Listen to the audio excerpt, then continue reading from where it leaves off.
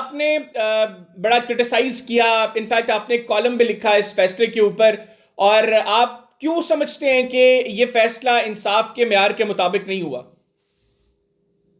देखिए, पहली चीज तो ये है कि ये काजी फैज ईसा साहब जो हैं ये बिल्कुल बायस्ड आदमी है। ये पहले से तय कर रखे थे कि ये ऐसा फैसला हमें देना है जो उन्होंने दिया, और उसके वजह ये है कि इनकी रंजिश है इमरान खान से, क्योंकि जब ये जज थे सुप्रीम कोर्ट के चीफ जस्टिस होने के पहले, तो इमरान खान ने इनके खिलाफ करप्शन चार्जेस पे पाकिस्तान सुप्रीम जुडिशल काउंसिल में प्रोसीडिंग्स इनिशिएट करवाए। तो वो उनको ग्रज है अगेंस्ट इमरान खान, ये पहले से तय कर रखे थे। और जो इनका बिहेवियर रहा कोर्ट में, जिस तरीके से ये बोलते थे, वकील को ठीक से बोलने नहीं देते थे, बात बात पे इंटरप्ट करते थे, डोमिनेट करते थे प्रोसीडिंग में, इससे साफ जाहिर था कि ये फैसला पीटीआई के खिलाफ होगा। देखिए, मैंने इस पे एक आर्टिकल लिखा था जी पहले ही, ये जो अपील थी इलेक्शन कमीशन की, ये मेंटेनेबल ही नहीं थी। क्योंकि वजह क्या होता ना, देखिए, अपील का पहला प्रिंसिपल है कि जो अग्रीव्ड पार्टी है वही अपील कर सकती है। ये election commission is not an aggrieved party. Aggrieved party तो जो कोई लिटिगेंट होता है वो होता है। अब जैसे for example, supposing high court किसी डिस्ट्रिक्ट जज का फैसला रद्द कर दे, तो क्या डिस्ट्रिक्ट जज अपील कर सकता है सुप्रीम कोर्ट में? नहीं, उसका काम खत्म हो गया, उसने फैसला दिया, खत्म हो गया उसका काम। वो जो कोई लिटिगेंट है जो हाई कोर्ट में हारा है, वो अपील कर सकता है सुप्रीम। ये पहला प्रिंसिपल है अपील का कि only an aggrieved party can file an appeal. Election commission is not aggrieved, it has done its duty, it is functus officio now. अपना फैसला देने के बाद उसका काम खत्म, बाकी काम अटेंड करे, मगर ये अपील नहीं कर सकता, because it is not, it has no personal grievance. तो लिहाजा ये अपील ही मेंटेनेबल नहीं थी। मैंने इस पे आर्टिकल लिखा था कि ये तो 2 मिनट पे खत्म हो जाना चाहिए था, डिसमिस कर देना चाहिए था सुप्रीम कोर्ट को, ये कह के कि इलेक्शन कमीशन कैसे कर सकता अपील? भाई, कोई अग्रीव पार्टी हो वो करे, but election commission not an aggrieved party. Just like a district जज whose judgment has order has been reversed by the high court, तो डिस्ट्रिक्ट जज cannot go and appeal to supreme। दूसरी बात ये है कि जो फैसला मैंने देखा सब यूट्यूब पे आ गया है। जी जी। तो main ground for setting aside the judgment of Peshawar High Court is this, कि वो सुप्रीम कोर्ट कहता है कि जो इंट्रा पार्टी इलेक्शंस होते हैं जी, वो पीटीआई ने ठीक से नहीं किए, सही, इनवैलिड थे। मगर that was on the complaint of 14 persons. उन्होंने वो इलेक्शन कमीशन को पिटीशन किया कि ये इलेक्शन ही गैर कानूनी है, क्योंकि हमको इसमें इलेक्शन के लिए अपेयर नहीं होने दिया गया। मगर वो those persons had been expelled from the PTI. पहले मेंबर्स थे, बाद में उनको एक्सपेल कर दिया गया था, तो पीटीआई के मेंबर ही नहीं, तो उनको क्या राइट है टू अपलोड द पीटीआई कि हमको इलेक्शन नहीं लड़ने दिया? जब आप मेंबर ही नहीं है तो इलेक्शन कैसे लड़ सकते हैं पीटीआई का? लेकिन सर उनमें मुकद्दर कलामी की माजरत सर, उनमें तो सिर्फ अकबर एस बाबर साहब थे जिनकी रुकनीत को मुअत्तल किया गया, जो बुनियादी तौर पर काफ़ी अरसे से पाकिस्तान तहरीक इंसाफ के साथ केस लड़ भी रहे हैं इलेक्शन कमीशन में। बाकी जो 13 लोग हैं उनमें से तो किसी की रुकनीत पाकिस्तान तहरीक इंसाफ ने सस्पेंड नहीं की थी। नहीं, they were not members। वो सब बैरिस्टर गौहर खान ने बताया कि जो हमारे मेंबर, उन्होंने पूरी लिस्ट दी मेंबर्स की, उन्होंने कहा इस लिस्ट में है ही नहीं ये लोग। Those people, and it is for the party to decide who is a member and who is not a member। बिल्कुल ठीक। ये इलेक्शन कमीशन थोड़ी डिसाइड कर सकता है कौन मेंबर है आपकी पार्टी का, कौन नहीं। बिल्कुल, पार्टी डिसाइड करेगी कौन हमारा मेंबर है, कौन नहीं मेंबर है। गौहर खान साहब ने एक लिस्ट दिखाई कि देखिए ये है हमारे मेंबर्स के नाम, उसमें ये लोग नहीं थे, तो लिहाजा इनका कंप्लेंट ही मेंटेनेबल नहीं था। ये देखिए, ये सारी साजिश हुई कि आपका जो पाकिस्तान एस्टेब्लिशमेंट है दैट इज एडमेंट कि इमरान खान को दोबारा प्राइम मिनिस्टर नहीं होने देना है, क्योंकि इलेक्शन अगर हुआ तो 80 to 90% people of Pakistan are solidly with Imran Khan because he is perceived to be an honest man.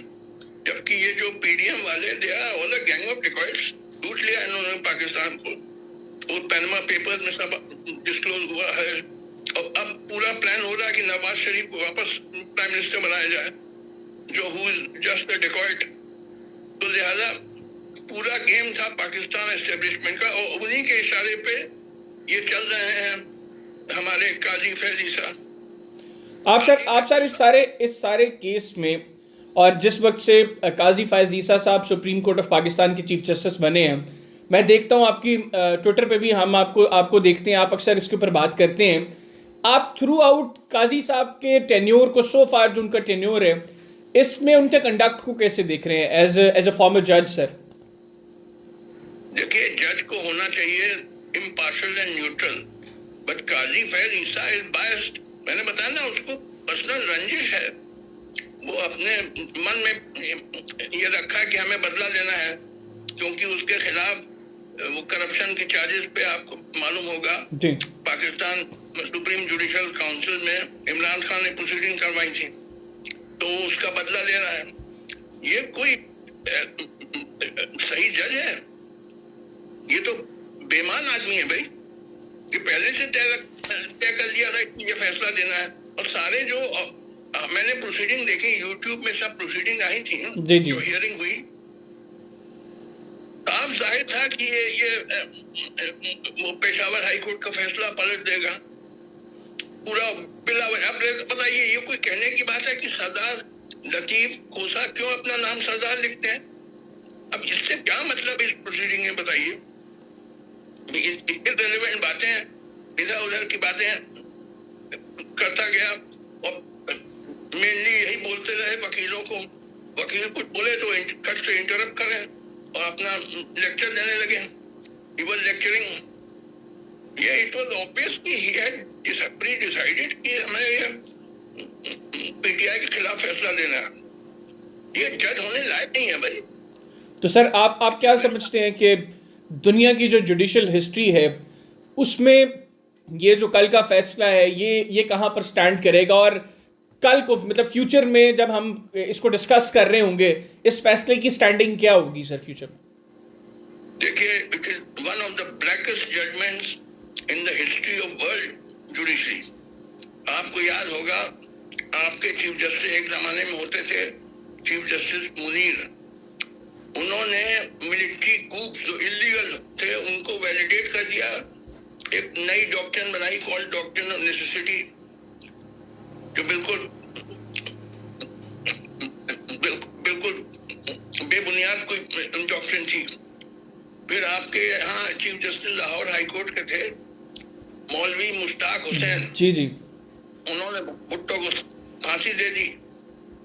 तो इस तरीके के आपके सुप्रीम कोर्ट के और हाई कोर्ट के बड़े फैसले हैं। और हमारे यहाँ भी एक जजमेंट हुआ था जिसको कहते हैं MISA judgment, ADM Jabalpur versus Shivakant Shukla. उसमें सुप्रीम कोर्ट ने कह दिया कि citizen has no right to life और लिबर्टी ड्यूरिंग इमरजेंसी। या अमेरिकन सुप्रीम कोर्ट में ड्रेड स्कॉट का फैसला था कि स्लेव को कोई राइट नहीं है। या प्लेसी वर्सेस फर्ग्यूसन, जिसमें उन्होंने सेपरेट बट इक्वल की डॉक्ट्रिन बताई। या जो इंग्लैंड में जज जेफरीज थे, उन्होंने द हैंगिंग जज, जो राजा चाहता था वही वैसा ही फैसला देते थे। या नाजी पार्टी के थे रोलैंड फ्राइसलर, वो भी जैसा हिटलर चाहता था वैसा फैसला देता। ये तो देखिए फैसला ये आपके पाकिस्तान एस्टेब्लिशमेंट ने होगा इनसे काजी फैज ईसा से कि ऐसा फैसला दीजिए, हमें इसको डिबार करना है, इसको इलेक्शन में लड़ने देना नहीं है। पूरा खेल यही था कि फ्री एंड फेयर इलेक्शन ना होने पाए, क्योंकि फ्री एंड फेयर इलेक्शन में तो स्वीप करेगी पीटीआई। सब जगह 80-90% जो सारे ओपिनियन पोल्स हैं बता रहे 80-90% people in Pakistan are solidly with Imran Khan. तो लिहाजा ये बिल्कुल बेईमानी का फैसला था कि काजी फैज ईसा साहब जो है ये कोई जज होने लायक नहीं है। अच्छा सर, आखिर में आप चूंकि मैं आपको ट्विटर पर अक्सर देखता हूँ कि आप इमरान खान साहब को लेकर एक सॉफ्ट कॉर्नर रखते हैं, आप इस प्रोग्राम के तवसत से पाकिस्तान तहरीक इंसाफ की लीडरशिप और इमरान खान साहब को और तहरीक इंसाफ के वोटर को क्या पैगाम देंगे सर? देखिए, पहली बात तो मैं ये बताना चाहता हूँ कि मेरा इमरान खान से कोई ताल्लुक नहीं है और मुझे कुछ उससे चाहिए नहीं, कोई उससे राब्ता नहीं, मैं कभी मिला भी नहीं, न मेरी जात बिरादरी का है। मगर मैं उसको सपोर्ट करता आया हूँ क्योंकि मैं उसको ईमानदार आदमी मानता हूँ, बेसिकली ईमानदार। अब थोड़ा ये तोशा खाना वगैरह में these are trivial matters, compare करिए इनको जो लूट मचाई ये नवाज शरीफ वगैरह ने, लूट लिया पाकिस्तान को, या वो जो टीपीपी के जो क्या नाम था, आसिफ अली जरदारी साहब, he was known as Mr. 10%, ये सब डकैत थे भाई। कंपेयर करिए, अब इमरान खान बैठा है पाकिस्तान में, चाहता तो इंग्लैंड में रह के मौज करता, but he sitting there to serve the people. कोई उसके ज्यादा कोई फॉरेन एसेट्स नहीं है, तो लिहाजा ये वही आदमी है जो स्टेबिलिटी ला सकता है पाकिस्तान में। अगर वो उसको नहीं बनने दिया गया prime minister by these cricket methods, तो आप क्या स्टेबिलिटी कभी नहीं आएगी और यहाँ झगड़ा फसाद होता रहेगा और सिविल वॉर तक हो सकती है। तो लिहाजा बिना फ्री एंड फेयर इलेक्शन कराए आपके मुल्क में कोई स्टेबिलिटी नहीं आ सकती है, केओस चलता रहेगा और इट में लीड टू सिविल वॉर। बिल्कुल ठीक सर, बिल्कुल ठीक sir. Thank you very much sir, आपने प्रोग्राम के लिए खुसूसी तौर पर वक्त निकाला। नाज़रीन, भारत की सुप्रीम कोर्ट के साबिक जज जस्टिस मार्कंडे काटजू हमारे साथ मौजूद थे, उनकी गुफ्तगू आपने सुनी। आज के प्रोग्राम से इतने, अगले प्रोग्राम तक के लिए मुझे और मेरी टीम को इजाज़त दीजिए। अल्लाह हाफ़िज़।